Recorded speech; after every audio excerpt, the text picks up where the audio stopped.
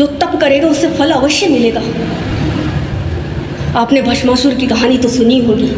भगवान शिव जानते थे कि यदि मैं इस राक्षस भस्मासुर को वरदान दे दूंगा तो ये मेरे ऊपर ही प्रयोग करेगा, लेकिन भगवान शिव ये भी जानते थे कि जो तप करेगा उससे फल अवश्य मिलेगा।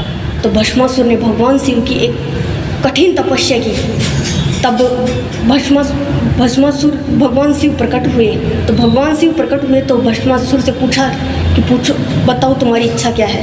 तब भस्मासुर ने भगवान शिव से कहा कि मुझे ऐसा वरदान दे दो कि जिसके ऊपर भी मैं अपना हाथ रख दूँ वो भस्म हो जाए। भगवान शिव ने भस्मासुर को वैसा ही वरदान दे दिया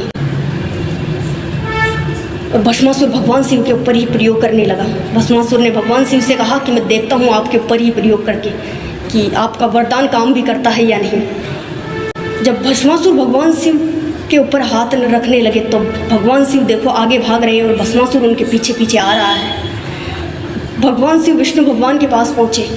भगवान विष्णु ने मोहिनी रूप धारण करके अपने मोहिनी रूप में मोहित करके उससे नृत्य करा कर उसका हाथ उसके स्वयं के ऊपर ही रखवा दिया और भस्मासुर भस्म हो गया।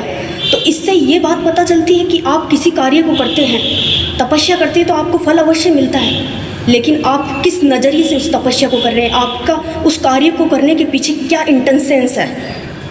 यदि आप कोई कार्य या किसी कार्य को कर रहे हैं और उसके पीछे आपका यदि गलत इरादा है तो वो कुछ क्षण के लिए रहता है, और यदि आपका इरादा अच्छाई के लिए है तो वो लंबे समय तक चलता है। राइट।